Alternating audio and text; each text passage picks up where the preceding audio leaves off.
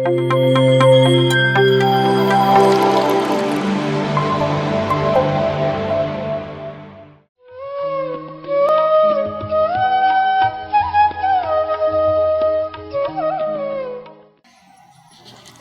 ಮೇಲಿರ್ತಕ್ಕಂಥ great masters Koteshwar sir ಮತ್ತು ಎಲ್ಲ ಮಾಸ್ಟರ್ಸ್ಗೆ, Prem master ಗುರುಗಳಿಗೆ, ಮತ್ತು ಮೊದಲಿಗೆ ಧ್ಯಾನಲೋಕದ ಧ್ರುವತಾರೆ, ಕಲಿಯುಗ ಬುದ್ಧ,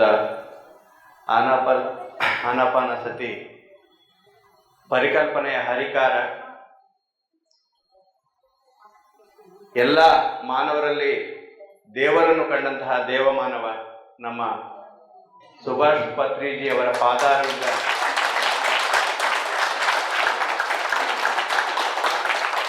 ಪಾದಾರವಿಂದಗಳಿಗೆ ಧ್ಯಾನ ಕುಸುಮಾಂಜಲಿ ಅಂದರೆ ನಮ್ಮ ಮನಪೂರ್ವಕ ಧ್ಯಾನ ನಮನಗಳನ್ನು ಸಲ್ಲಿಸಿ ಇಂತಹ ಒಂದು ವೇದಿಕೆಯಲ್ಲಿ ಮಾತಾಡೋದಕ್ಕೆ ನನಗೆ ಅವಕಾಶ ಕೊಟ್ಟಿದ್ದಕ್ಕೆ ಎಲ್ಲರನ್ನೂ ಧನ್ಯವಾದವನ್ನು ತಿಳಿಸ್ತಾ, ಸುಭಾಷ್ ಪತ್ರಿಜಿ ಸರ್ ಅವರು ಆನಾಪಾನ ಸತಿ ಧ್ಯಾನದ ಮುಖಾಂತರ ಒಂದು ದೊಡ್ಡ ನಮಗೆ ನಿಮಗೆ ಸಣ್ಣ ಮಗುವಿಂದ ಇಟ್ಕೊಂಡು ವೃದ್ಧರವರೆಗೆ ಒಂದು ಹೈವೇ ಹಾಕೊಟ್ಬಿಟ್ಟಿದ್ದಾರೆ, ವಿತ್ ಫುಲ್ ಪ್ಲೇಟ್ ಹೈವೇ.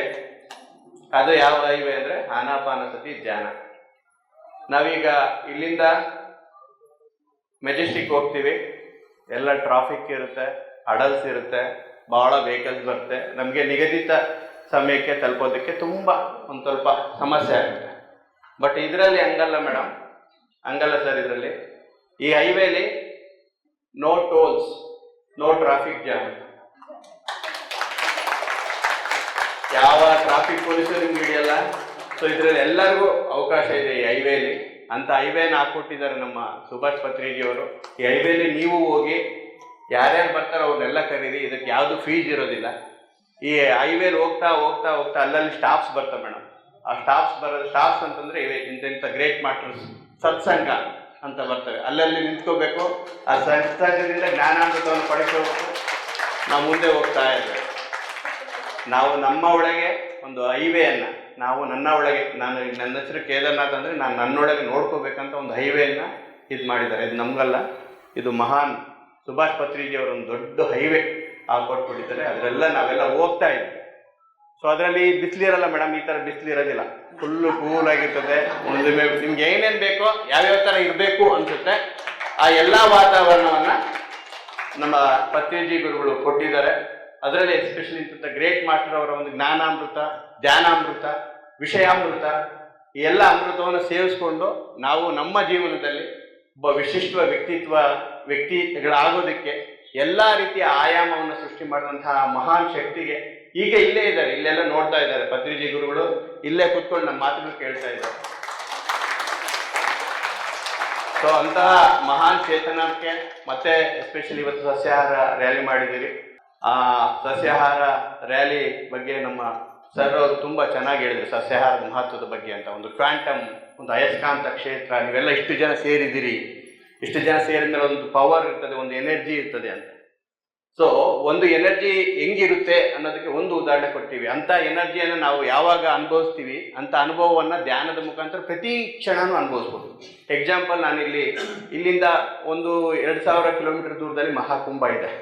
ಆ ಮಹಾಕುಂಭಕ್ಕೆ ಈಗ ಎಷ್ಟು ಕಷ್ಟ ಇದೆ ಗೊತ್ತಿದೆ ನಿಮ್ಗೆ, ಹೋಗ್ಲಿಕ್ಕೆ ಎಷ್ಟೋ ಕಷ್ಟಪಟ್ಟು ಹೋಗಿ ಅಲ್ಲಿ ಆ ಗಂಗಾ ತ್ರಿವೇಣಿ ಸಂಗಮದಲ್ಲಿ ನೀವು ಮುಳುಗಿ ಎದ್ಬಿಟ್ರೆ ಆ ಎಲ್ಲ ಕಷ್ಟಗಳು, ಎಲ್ಲ ನೋವುಗಳು ಆ ಟೈಮಲ್ಲಿ ಏನಾಗ್ಬಿಡುತ್ತೆ, ಪರಿಹಾರ ಆಗ್ಬಿಡುತ್ತೆ. ಆ ಸಂದರ್ಭದಲ್ಲಿ ಆ ಕ್ಷಣ ಇದೆಯಲ್ಲ, ಆ ಕ್ಷಣವನ್ನು ಒಂದು ದಿವ್ಯ ಕ್ಷಣ, ಒಂದು ಆತ್ಮಕ್ಕೆ ತುಂಬ ಖುಷಿ ಕೊಡುತ್ತೆ. ಈಗ ನಾವು ಇಲ್ಲಿಂದ ತಿರುಪತಿಗೆ ಹೋಗ್ತೀವಿ. ತಿರುಪತಿಲಿ ಎಲ್ಲರೂ ಅಲ್ಲಿಂದ ಲಕ್ಷಾಂತರ ಜನ ಗೋವಿಂದ ಗೋವಿಂದ ಗೋವಿಂದ, ಆ ವರ್ಬಲ್ ಏನು ಶಾಬ್ದಿಕ ಇದಿರುತ್ತಲ್ಲ, ಪವರ್ ಇರುತ್ತೆ. ನಾವು ಹೋಗಿ ಸೀದಾ ವೆಂಕಟೇಶ್ ಮುಂದೆ ನಿಂತ್ಕೊಂಡ್ಬಿಟ್ರೆ ಆ ಟೈಮಲ್ಲಿ ನಮ್ಗೆ ಸಿಗುತ್ತಲ್ಲ ಆನಂದ, ಆ ಆನಂದ, ಆ ಟೈಮಲ್ಲಿ ಸಿಗ್ತಕ್ಕಂತಹ ಆನಂದ, ತಿರುಪತಿಗೆ ಹೋದ್ರೆ ಸಿಗ್ತಕ್ಕಂತಹ ಆನಂದ, ಮಹಾಕುಂಭಕ್ಕೆ ಹೋದ್ರೆ ಸಿಗ್ತಕ್ಕಂತಹ ಆನಂದ, ಧರ್ಮಸ್ಥಳ ಮಂಜುನಾಥ ದರ್ಶನಕ್ಕೆ ಹೋಗುವಂಥ ಆ ಪರ್ಟಿಕ್ಯುಲರ್ ಟೈಮಲ್ಲಿ ಸಿಗ್ತಕ್ಕಂತಹ ಆನಂದವನ್ನು ನಿಮ್ಮ ಜೀವನದುದ್ದಕ್ಕೂ ಪ್ರತಿಯೊಂದು ಕ್ಷಣಕ್ಕೆ ಮಾಡ್ತಕ್ಕಂಥ ಒಂದು ಆ ಆನಂದ ಸಿಗಬೇಕಂದ್ರೆ ಒಂದು ಇರ್ತಕ್ಕಂಥ ಮಾರ್ಗ ಅಂದರೆ ಇದು ಧ್ಯಾನ ಮಾರ್ಗ. ಸೊ ಎಲ್ಲರೂ ಧ್ಯಾನವನ್ನು ಮಾಡಬೇಕು, ಧ್ಯಾನವನ್ನು ಮಾಡಿ ಎಲ್ಲರೂ ಧ್ಯಾನಿಗಳಾಗಬೇಕು, ಮತ್ತು ಬೇರೆಯವ್ರಿಗೂ ಸಹ ಧ್ಯಾನವನ್ನು ಹೇಳ್ಕೊಡ್ಬೇಕಂತೇಳಿ ಈ ಸಂದರ್ಭದಲ್ಲಿ ನಾನು ನಿಮಗೆ ವಿನಂತಿಸ್ಕೊಂಡು ನಮ್ಮ ಒಂದು ಪತ್ರಿಜಿ, ಜೈ ಪತ್ರಿಜಿ, ಜೈ ಸಸ್ಯಾಹಾರ ಜಗತ್, ಜೈ ಪಿರಮಿಡ್ ಜಗತ್ ಅಂತ ಹೇಳಿ PMC ಕನ್ನಡ ಚಾನೆಲ್ ಅನ್ನು ಲೈಕ್ ಮಾಡಿ, ಶೇರ್ ಮಾಡಿ, ಸಬ್ಸ್ಕ್ರೈಬ್ ಮಾಡಿ ಮತ್ತು ಮಾಡಿಸಿ. ಎಲ್ಲರಿಗೂ ಧನ್ಯವಾದಗಳು.